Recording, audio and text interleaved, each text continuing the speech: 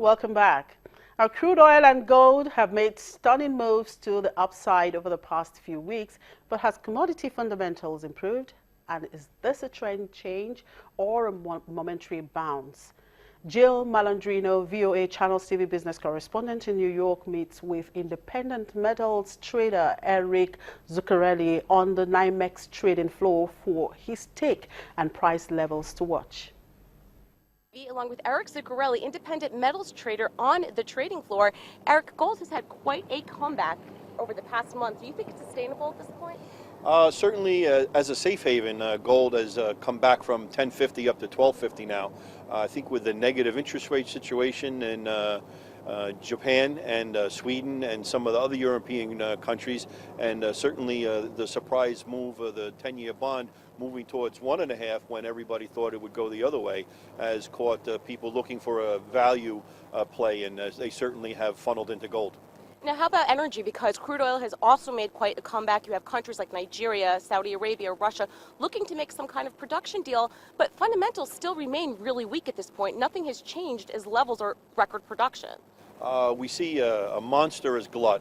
As witnessed as the last rollover went off, we saw a $2 for a 1-month contango, which would actually translate into almost an 80% interest rate return if you put your money in and had a place to store it. But since there's no storage, that's why these contangos are so huge. That just is an indication of the severity of storage issues and the oversupply of oil.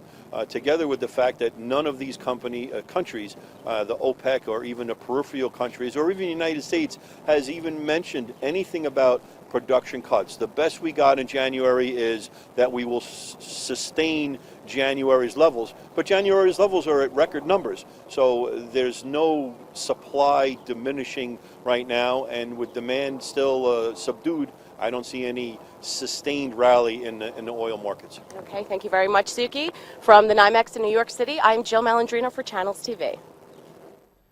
I'm back here in Africa. Despite a peaceful election in Central African Republic, the economy is yet to stabilize. Former Prime Minister Faustin Archange Touadéra is expected to take office as the president after he won runoff elections earlier in February. The vote was seen as a step towards reconciliation after years of violent turmoil. But Touadéra faces many challenges in a country divided along ethnic and religious lines, and where 1/5 of the population have fled their homes. For many residents of the Central African Republic's capital, Bangui, the Ubangi River has been a lifeline. Each day, hundreds of vendors use it to cross to the Democratic Republic of Congo to bring back essentials, even firewood and manioc, the local staple food that have grown scarce since militias seized the countryside.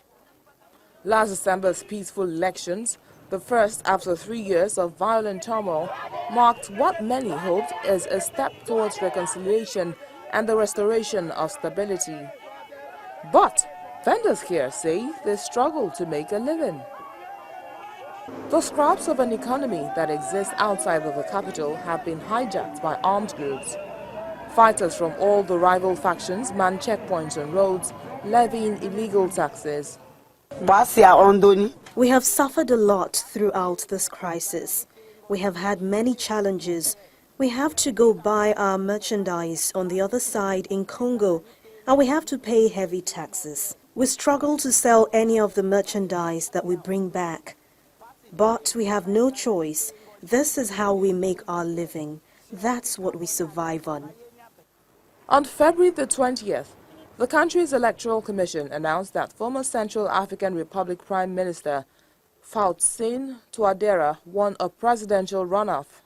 The elections, a period of relative peace amid the crisis and the concession of defeat by Touadéra's opponent, have been lauded by observers as an indication that the nation is now ready to turn the page. Il y a deux situations. La crise a affecté l'économie. You have two scenarios today. The crisis has affected the economy, but it has also benefited individuals who do not want to see peace and benefit from the country being at war. Some armed groups occupy some of the country's territory and plunder the natural resources. as well as controlling all the movement of all agricultural products, like the trade of coffee and other agriculture products. Economic analysts say the new leadership will need to find the funds to rebuild the army, redeploy civil servants, and begin to rehabilitate crumbling infrastructure to create conditions for the economy to start functioning again. Egyptian President Abdel Fattah al-Sisi was in Japan, the first such visit by an Egyptian president in 16 years, securing Japanese investment projects worth nearly 2 trillion yen. Japanese Prime Minister Shinzo Abe, after meeting Egyptian President Abdel Fattah al-Sisi in Tokyo, said Japanese companies will take part in Egyptian projects in the electricity and other sectors. He did not elaborate on the projects, but an official at Japan's foreign ministry said Japanese and Egyptian companies are scheduled to sign more than 10 memorandums of agreement as today, Wednesday, March 2. The announcement comes when Egypt is struggling to revive its economy after the 2011 uprising and subsequent unrest have driven away foreign investors and tourists.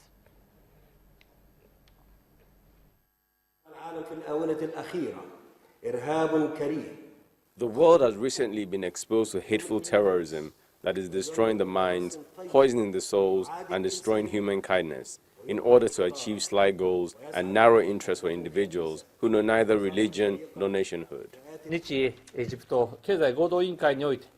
Japan and Egyptian Economic Cooperation Committee has signed an overall 2 trillion yen worth of projects. I welcome this as a new step towards progress in the economic relationship between our two nations. Now let's look at what's happening in Kenya. With no training and no experience, Kenyan entrepreneur Dorothy Katuba started her own television production company to create more local content and female roles that showed the strength and resilience of African women. Kenya is on a mission to boost domestic production. One step has been to require Kenyan TV stations, long dominated by Hollywood, Nigerian soaps and Latin American telenovelas, to show at least 40% local content. Here is the story of Dorothy Katuba.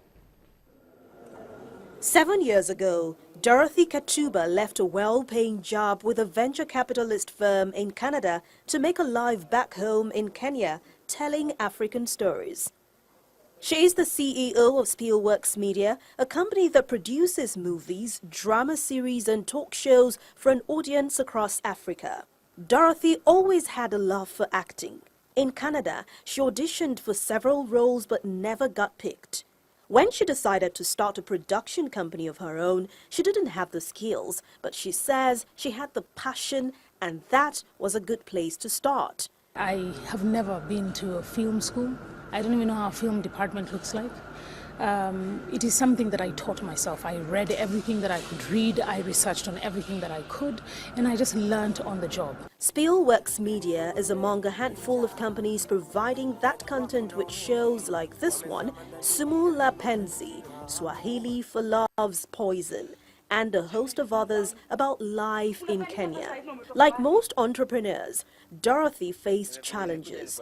Financing her dream was tough. She had to borrow money from friends and family to produce her first pilot.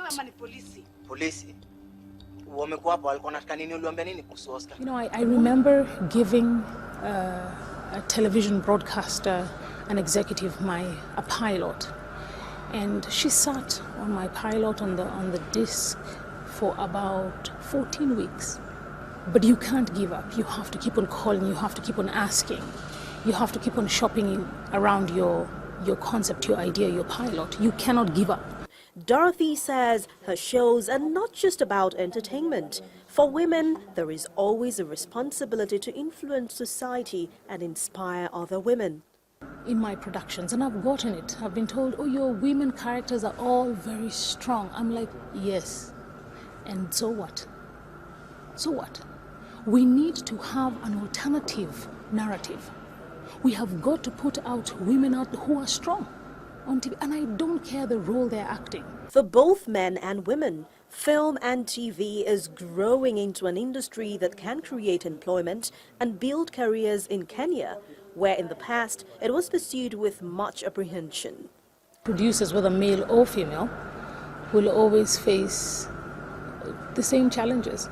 You know, we're all looking for money, we're all trying to produce, we're all trying to do the best that we can do. Analysts say encouraging local production could within a few years create an industry that employs hundreds of thousands of people and account for a valuable fraction of the wider economy. And for details on today's